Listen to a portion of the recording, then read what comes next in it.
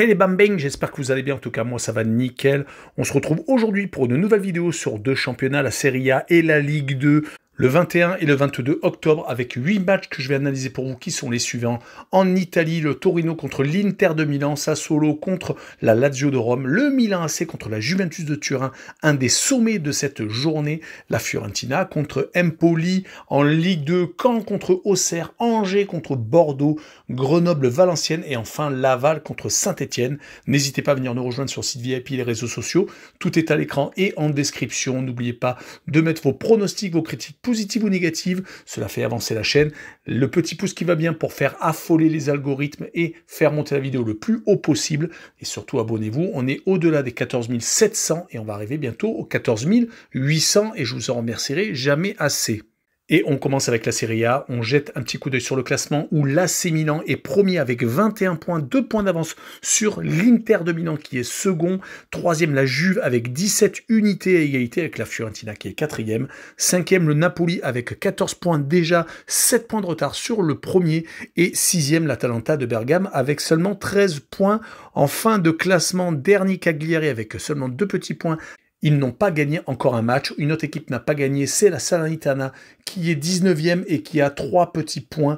Et 18e et premier relégable, c'est Empoli avec 4 points, 1 victoire, 1 nul et 6 défaites déjà. Et on commence par la première rencontre, le Torino contre l'Inter de Milan. Le Torino est très mal parti. Ils sont actuellement 14e. Ils n'arrivent pas à gagner depuis 4 rencontres avec 2 défaites contre la Lazio et à la Juve. 2 gros morceaux tout de même. Et à chaque fois, c'était sans avoir marqué de but, ce qui est le plus compliqué. Heureusement, ils ont fait 2 matchs nuls à la maison contre le Hellas Vérone et contre l'AS Roma, ce qui est peut-être un point positif. Leur dernière victoire était à la Salernitana. C'était le 18 septembre. Mais ils vont jouer contre l'Inter de Milan qui vient de perdre sa première place, qui avait réussi à étriller le Milan AC qui était vraiment ultra bien parti, mais qui a fait un petit stop ces derniers temps, surtout à domicile. Un revers contre Sassuolo, 2-1, c'était le 27 septembre. Et dernièrement, ils ont fait 2 buts partout contre Bologne, juste avant la trêve internationale. Heureusement qu'à l'extérieur, ils sont très solides, comme la victoire à Empoli et la victoire à la Salernitana. Mais c'est des équipes de bas de tableau. En Ligue des Champions, ils ont ramené 1 point de la Real Sociedad et ils viennent de battre le Benfica Lisbonne de justesse 1-0. Rappelons qu'ils avaient éliminé l'équipe portugaise l'année dernière en quart de finale de la Champions League. Sur cette rencontre, je verrai bien un partage de points tout de même avec le Torino qui est capable d'accrocher les gros morceaux comme j'ai dit un peu plus tôt, avec donc un 1 but partout et le moins de 3 buts sur le match avec une cote à 1,40. On poursuit avec Sassuolo contre la Lazio de Rome. Sassuolo est actuellement 12e alors que la Lazio est 13e, donc les deux équipes sont dans un mouchoir de poche. Elles ont toutes les deux 10 points. Donc leur début de saison est plutôt médiocre, surtout pour la Lazio. Sassuolo, on a l'habitude de les voir au milieu de tableau. Ils ont des résultats plutôt en dents de scie. Ils sont capables d'aller gagner à l'Inter de Milan, comme je l'ai dit un peu plus tôt dans la vidéo. Et dans la foulée de s'incliner à la maison contre Monza, ils ont également fait match nul juste avant la trêve internationale contre Lecce. Ils ont également réussi à battre la Juventus de Turin. Donc c'est vraiment une équipe qui est très compliquée à pronostiquer. Ils vont jouer contre la Lazio de Rome qui vient de gagner 2 de ses 3 dernières rencontres. Une à l'extérieur au Celtic de Glasgow, rattrapant les 2 points perdus contre l'Atlético de Madrid. Ils se sont ensuite imposés contre l'Atalanta de Bergame 3-2 juste avant la trêve internationale. Cela fait donc 3 victoires sur les 4 derniers matchs, toutes compétitions confondues. Ils se sont inclinés pour la seule défaite dans cette série à l'AC Milan, ce qui est presque plutôt logique. Sur cette rencontre, je verrai quand même une victoire de Sassuolo gagnant 2-1 et je verrai le plus de 2,5 buts sur le match et une cote à 1,62.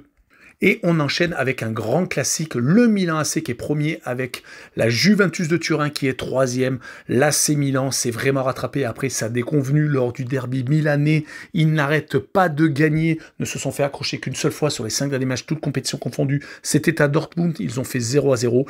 Sinon, ils ont réussi à vaincre le Hellas Vérone, Cagliari, la Lazio de Rome et le Genoa, faisant 3 clean sheets sur ces 4 victoires avec le 0-0 à Dortmund. Cela fait 4 clean sheets donc sur les 5 derniers matchs, toutes compétitions confondues. C'est vraiment du solide et ils vont jouer contre la Juventus de Turin qui s'en sort vraiment très bien, qui est sur le podium actuellement à seulement 4 points de son adversaire du soir.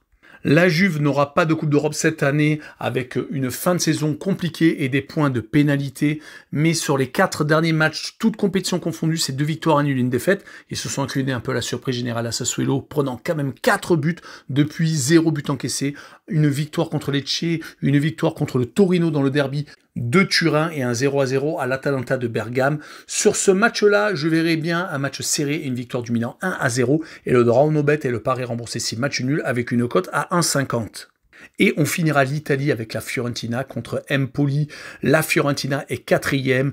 Ils sont en train de continuer sur la lancée de la saison dernière où ils avaient été très intéressants en deuxième partie de saison, surtout après la Coupe du Monde. Ils sont actuellement sur 3 victoires et 2 matchs nuls sur les 5 derniers matchs, toutes compétitions confondues. Ils participent à l'Europa League Conférence où ils ont par contre fait 2 matchs nuls consécutifs sur les 2 premières journées. C'est un peu moins bien qu'en championnat où ils ont gagné 3 de leurs 4 derniers matchs, des victoires contre l'Udinese, Cagliari et au Napoli. Tout de même, le champion titre est passé à la moulinette devant la Viola. Ils vont jouer contre Empoli, qui est malheureusement en grande difficulté, qui est premier relégable avec seulement 4 petits points.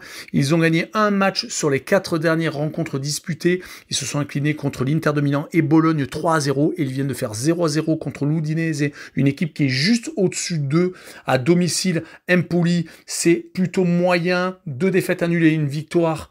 Sur les 4 dernières réceptions, les 2 vainqueurs chez eux étaient la Juventus de Turin et l'Inter de Milan. Et là, ils vont aller se déplacer à la Fiorentina qui est vraiment en train de carburer. C'est pour cette raison que je verrai une victoire de la Fiorentina 2-0 et je verrai la Fio marquer le plus de 1,5 but sur le match et une cote à 1,50. Et on poursuit avec la Ligue 2 et on jette un coup d'œil sur le classement où actuellement Laval est premier avec 25 points, 4 points d'avance sur le deuxième Auxerre qui est second. 3e, Angers à égalité avec Grenoble et 20 points, 3e et 4e. 5e, Saint-Etienne qui est vraiment bien remonté au classement, qui a 18 points. Et 6e, Rodez avec 17. En fin de classement, 2 équipes se partagent la dernière place. Quevilly-Rouen et Dunkerque. Seuls 3 buts au goal average les séparent. Ils ont tous les deux 6 points. 18e, Valenciennes avec 7 unités à égalité avec le Paris FC qui est 17e. Ce sont donc les 4 relégables pour le national. Et on attaque avec Caen contre Auxerre. Qu'arrive-t-il aux Canets qui ne s'en sortent plus, qui viennent de gagner 4 de leurs 5 derniers matchs, qui ont pris même 5 buts à Rodez. Un seul petit partage de points, c'était à Bordeaux. Et ils auraient pu peut-être même perdre les 5 dernières rencontres. C'est surtout les 3 défaites à domicile qui font peur contre Saint-Etienne, Grenoble et contre Guingamp. Et en plus, ils vont jouer contre Auxerre, qui est une équipe qui est très en forme, qui n'arrête pas de gagner à l'extérieur, qui espère remonter directement dans l'élite après y être descendu la saison dernière. Ils sont actuellement d'ailleurs second, alors que Caen est 11e. Les Auxerrois viennent de s'imposer à 3 au Paris FC. Ils ont également gagné à la maison assez facilement contre Annecy et contre Rodez. D'ailleurs, Rodez, comme je vous l'ai dit, ont passé 5 buts à Caen, donc c'est très compliqué. Sur ce match-là, je vois bien les Canets s'incliner à la maison 2-1 contre les Auxerrois, et je verrai le draw no bet et le pari remboursé 6 match nul avec une cote à 1,58. Et on enchaîne avec Angers contre Bordeaux. Les Angevins sont descendus en Ligue 2, mais les Angevins veulent absolument remonter de suite. Ils sont actuellement 3e, ils sont en train de mettre des actes sur leur ambition. Les Angevins restent même sur 4 victoires consécutives depuis leur grosse défaite à Rodez, 4-1. Ils ont donc enchaîné avec des victoires contre Bastia, Quevilly-Rouen, Concarneau et Amiens. Le 4-1 à Amiens a montré vraiment de réelles possibilités. Et les Bordelais qui viennent de changer d'entraîneur arrivent chez eux. Ils ont maintenant Riera, un ancien de la maison qui a remplacé Guillon, qui a été licencié. Mais cette défaite contre Laval juste avant la trêve internationale a fait énormément mal. Ils sont actuellement 13e, ont déjà 9 points de retard sur Angers.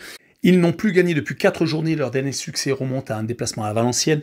Depuis, ils ont fait 0-0 donc contre Guingamp, ont fait match nul contre Caen et ont perdu contre Grenoble et contre Laval. Ils ont même du mal à marquer, ce qui est un comble, surtout que Bordeaux a toujours eu des bons attaquants. Sur ce match-là, je verrai un réveil des Bordelais avec leur nouvel entraîneur et un 0-0. Et pour assurer le coup, le home no bet avec le match remboursé 6 victoires de Angers, qui est pour moi légèrement favori, et une cote à 1,97. On poursuit avec Grenoble contre Valenciennes. Les Grenoblois sont 4e et font un très bon début de saison. Pendant très longtemps, ils n'ont quasiment pas pris de but. Ils commencent à en prendre quelques-uns, mais c'est au compte-gouttes. Un contre Quevilly-Rouen, un contre Caen et 2 dernièrement contre Guingamp en déplacement. qui leur a donc donné un match nul. Il restait pourtant sur 3 victoires consécutives, donc contre Quevilly-Rouen-Caen et contre Bordeaux. Ils sont juste à 5 points derrière Laval, mais à un seul petit point de la seconde place, qui donne accès directement à la Ligue 1. Les Grenoblois vont accueillir une équipe de Valenciennes qui est une fois de plus en difficulté, qui est pour l'instant relégable avec 7 petits points, mais qui n'a qu'un point de retard sur 3, qui est 16e. Les Valenciennois viennent de gagner un match amical qui leur a peut-être redonné de la confiance, mais en Ligue 2, c'est plutôt compliqué ces derniers temps. Si on prend les 5 derniers matchs de championnat, ils ont perdu à 3 reprises et n'ont fait que 2 matchs nuls contre Amiens et donc contre les Troyens qui sont juste au-dessus d'eux. Je les verrai perdre à Grenoble 2-0 et je verrai les deux équipes ne pas marquer avec une cote à 1,72. Et on finira par Laval contre Saint-Etienne, le duel au sommet entre le premier et le quatrième. Les Lavallois marchent sur l'eau, c'est vraiment impressionnant. On les voyait jouer le maintien un peu comme la saison dernière, mais cette année, c'est plus la même chose. En plus, ils ont de la réussite. Contre Bordeaux, ils ont réussi à marquer et à garder leur avantage. Sur les 3 derniers matchs, c'est 3 victoires, à chaque fois 1-0 au Paris FC contre Valenciennes et donc contre les Girondins. Ils viennent même d'enchaîner 6 victoires consécutives, à chaque fois sur la plus petite des marges, sauf à Bastia où s'était imposé 3-0. C'est donc un gros défi qui attend les Stéphanois, qui sont également invaincus depuis un petit bout de temps, qui sont en train de remonter au classement tranquillement mais sûrement. Ils n'ont plus perdu depuis un déplacement à Rodez, c'était le 12 août. Depuis ces 8 matchs sans défaite avec 5 victoires et 3 matchs nuls. Le seul petit bas qui blesse, c'est qu'il reste actuellement sur le match nul à domicile contre Ajaccio, qui était un 0-0 assez insipide. Mais les Ajacciens savent défendre et ils veulent également remonter au classement car ils sont assez mal partis également. Ils sont au milieu de tableau. Sur cette rencontre, je verrai bien un 0-0 entre les deux formations avec le home no bet et le match remboursé 6 victoires de Laval à la maison et une cote à 1,98. Voilà, on en a fini avec cette vidéo. N'hésitez pas à venir nous rejoindre. Ciao les bambins!